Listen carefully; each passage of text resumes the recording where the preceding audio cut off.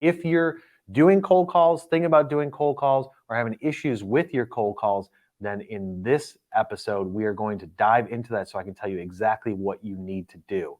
I had to switch up the flow, show you the way that it go. God is good, but his life is hard. But it gets better when you grind it smart. I'm just really trying to leave a mark. We tired of being who they say we are. That's the baton, we gon' take it far. Always been real, we don't fake it all. Tired of 9 to 5, just make enough to survive.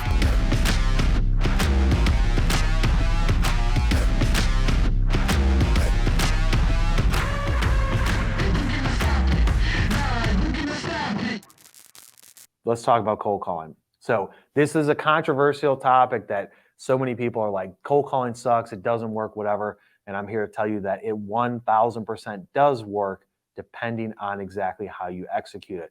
I've personally made millions of dollars on the phone over the course of my technical sales career as we at MFG Tribe and at Technical Sales University train and help our clients with their sales teams, literally seeing progress every single day. Some companies that we're involved with, we're very intimate in their sales process where we create the scripts, we coach a team, we go through everything as ingrained into their sales team as possible, and we see results with the methods that I put out there as this is exactly how you should do it. So there is a method to the madness. This is not something that I just did 10 years ago, 8 years ago, whatever. This is stuff that we're doing today, literally this week, literally 2 hours ago, had a call with a client to go through some stuff. So let's first talk about the purpose of the cold call. You guys already know what the purpose is, but I'm here to beat it into your head again. If you're in sales, you're trying to close deals. In order to close deals, you have methods to reach out to those people, whether marketing has qualified and said, this is a marketing qualified lead. Now it's on you sales guys to qualify it yourself. This person has raised their hand and asked for more information. There's different methods to bring new leads and opportunities into your pipeline, but nothing can beat picking up the phone and actually calling somebody and pulling them into it. So you can't wait in industrial and in the manufacturing industry. Everything's about timing. Marketing standpoint is about timing. Sales is about timing. You don't want to wait. If you call someone today and they say no, you may call them a day or a week later and they say, actually, we do have a need. So the phone, the purpose of the phone is to pull waiting out of the equation. Instead of waiting for them to read an email, waiting for them to accept your LinkedIn connection request, waiting for them to respond to something, or waiting for them to say, yes, I am interested in more information. This is a way for you to be proactive and be able to pull those people in. That's the whole purpose of the phone. Now, why have we gotten away from doing the phone? Because people don't like doing it. Do I love doing cold calls? No. But will I do them because they make us money? Absolutely. At the end of the day, it works. It works to a certain degree, and we'll go into those levels of what type of expectations you should have, but it does work. It's another tool in your toolbox of ways to be able to bring opportunities into your pipeline. Salespeople that think that cold calling doesn't work, I'm here to 100% tell you that it's because most likely they don't like doing it. Is it going to work like it used to work 10 years ago, 20 years ago? No, it's not. No different than cold visits, no different than email marketing, no different than trade shows, no different than postal mail that you send to people. Those things lose effectiveness over time. Nothing can beat literally calling somebody and asking for their attention and asking for their business. So now that we got the purpose out of the way, the next thing we're going to talk about is the goals. What are the goals that I would set for our clients that have us involved in their sales process? What are the goals that I have here at MFG Tribe? The weekly goals for making phone calls, if you're a salesperson and that is your job, is 500 a week. 500 a week. And you're like, dude, there's no way you can do 500 a week. I call BS on that. Now, if you don't have a support team, if you're doing all your quotes, you're doing all your pricing, you're managing the accounts once you get them, I just look at it simple from a standpoint of there's 8 hours in a day, 40 hours in a week, right? If you're in sales, you should be working longer than that, in my opinion. There is enough time for you to knock out 100 phone calls. It's only 100 phone calls a day. How long could that possibly take you, right? You may be like, oh, dude, that takes me so long. I'm here to tell you to make 100 phone calls in one day, it should take you about 3 hours. As long as the process is set up, it should take you about 3 hours. So if you look at your 8-hour day, can you set aside 3 hours? Now, I'm not going to go into like, you should make the calls between 10 and 11 and not after 1 and all those things, because the data is showing that a lot of times people are not answering the other line, right? I've known that for years. When I first started MFG Tribe, primarily what we did 7 years ago was do lead generation for industrial companies. We were making thousands of phone calls a week. I've got all that data plus everything new and relevant to be able to show Most of the time you're leaving a voicemail. So if you know that, it does not really matter to a certain level what time of day you call, because most of the time you're going to be leaving a voicemail. But going back to that goal of 500 a week, most people are going to say that that's crazy. I'm here to tell you that if you want to see activity, things that you are doing today are not always, and most of the time will not result in opportunities today or this week. In this industry, everything takes time. Actions that you take today are setting things up for your pipeline weeks or months down the road.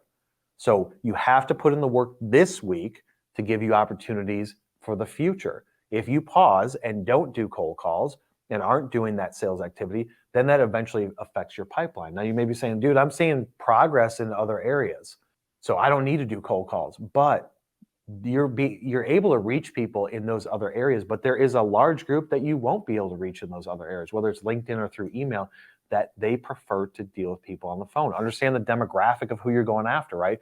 You're dealing with engineers, purchasing people, things like that, operations people.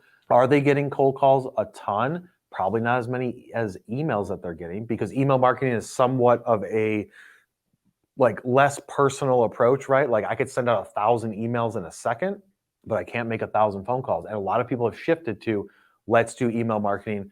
Cold calling doesn't work. So as the market shifts and is doing it less, it's not because it doesn't work. It's because they're just, at the end of the day, lazy. They've convinced themselves that doesn't work. And so while people are doing that, you should be going right and being like, less people are calling this person. They may not be in their office all the time, but if less people are hitting them up that way, I can get their attention quicker if I do that. So the goal of 100 a day is not unrealistic. I can guarantee if that's all that you did, you can make a few hundred phone calls a day. Even after you set in fatigue, even after you say, I had a 15-minute conversation, I had a 20-minute conversation with somebody, even after you add all that up, maybe you're at 3.5 hours to do 100 phone calls. What ends up happening is it becomes repetitive. You start to get down on yourself. You're not talking to anybody. You're starting to be like, this isn't working. I want a deal now, because sales is all about it's like painting a wall, instant gratification. That's what you want. But if you're in sales, you know that doesn't happen. You have to put in the work first, just like growing grass, and then eventually you will get the outcome of it. You sales managers out there, dude, go to your sales team and be like, 500 calls a week, guys. Like, that's what I expect you to do. Or maybe they're traveling and they have to do other things and cold visits, and they're going on site to customers. So it's not realistic to do 500. But for anybody that is sitting remote or in an office, that is not traveling, that is not spending hours a day in meetings doing things, 500 is not unrealistic. Take that goal and maybe reduce it down slightly to say, like, hey, for you guys, I know you're doing X, Y, and Z, but you got 3 hours a day. I want you to make 300 calls a week, right? Tuesdays and Thursdays are your travel days. Don't make calls on those days. Or those days you're working home, or you've got these demos, or you've got these installs, or you've got these client meetings with supply chain people, whatever it is. Maybe you reduce it to 300, but it should not be any less than that. So that is the goal that you should be after, is 500 calls a week. Don't make excuses, and don't allow your sales team to make excuses against that.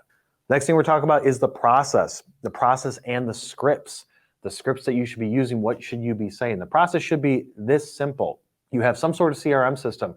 You have some sort of list that you're working off of. You have phone numbers for it. Ideally, you have some sort of integration with your CRM system to where you're not physically using your phone.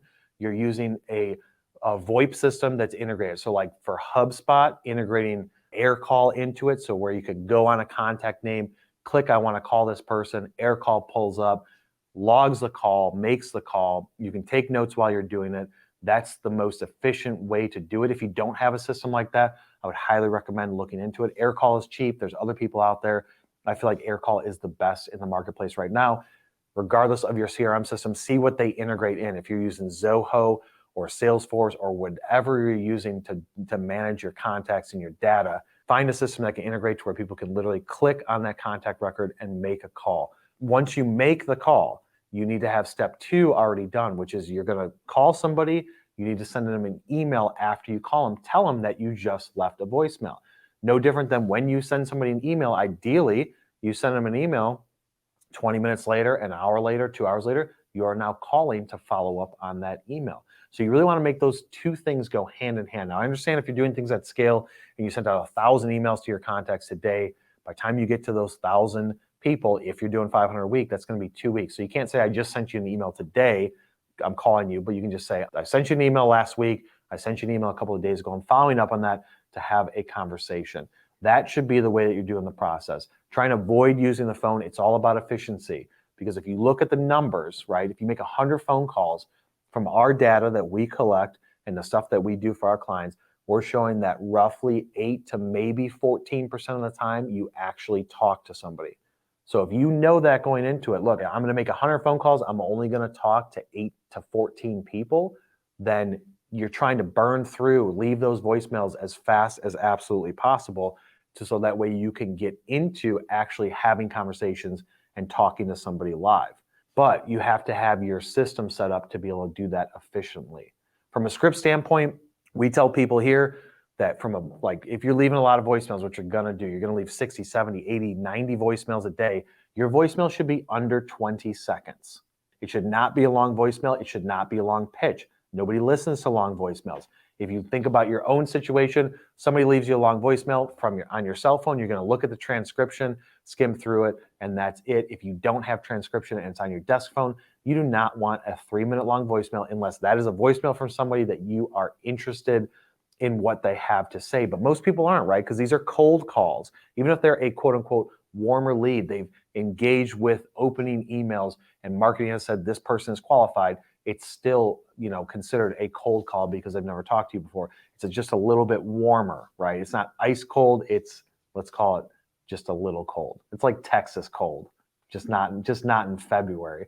Knowing that, you want to leave a 20-second voicemail. Your voicemail should literally be, hey, Laura, this is Kyle with Manufacturing Tribe. We are an industrial sales and marketing company. Just want to talk to you about how we're helping other businesses. If you could give me a call back on my cell phone number, leave it. Time yourself, write out your script. It should be direct and to the point. You should be saying something that is relevant to them. So if you're trying to sell an industrial company something, you want to make sure that your voicemail is going to say a key phrase or something in general, what it is that you guys do to get them to pay attention to it. Because if you're like, I do business insurance, right? That's relevant to them because they are a business, but it's not relevant to that position because they don't have a need or they're not the decision maker on it. But you have to make it to where it's like in 5 words, can you say what it is that you do? What is a general category? Or what's one problem that you can solve as a value proposition? Like what's your value proposition in 5 words? Put that in the voicemail script. And you need to time yourself with this. You should not go over 20 seconds. We have 2 scripts that we use. I've timed myself numerous times. One script is 11 seconds long. One script is 16 seconds long with me reading at my regular cadence. Just read it, hit a stopwatch and time yourself. Make sure that when you are reading it, when you want to get into like really taking to the next level, look at yourself in a mirror or grab your phone and put it on the front-facing camera, read it, record it, see what your face looks like while you're talking, because that's going to emit some emotion behind it. If you're smiling, you're going to sound happy, right? Anybody that smiles is sounding happy unless you're just grinning through your teeth and it's super fake. But if you practice that and really role play that, then you will get better at it and you'll have better results when people listen to it. They don't want to hear some monotone person that's like, hey, this is Kyle. I'm just calling because I want to understand a little bit more about how we could help you guys. Like, dude, that person's getting that voicemail deleted instantly. You want to be quick to the point, under 20 seconds. You don't want to drag it out, right? Get in, get out, make that call, leave that voicemail, move on. Don't get hung up on it. Update your CRM system and move on to the next step. I'm telling you with 100% certainty, this does work. And if I need to, I'm going to bring on clients on here that'll be like, dude, Kyle told me to do this. I put in this work, now I'm seeing these results. If I got to do that, then I'm going to do that to prove it. Let's move on to the next part, which is going to be data management. You got to be managing your data closely. When you're pulling in lists from ZoomInfo or whoever, you got to make sure you try and get the most accurate information because that's just going to make you more efficient.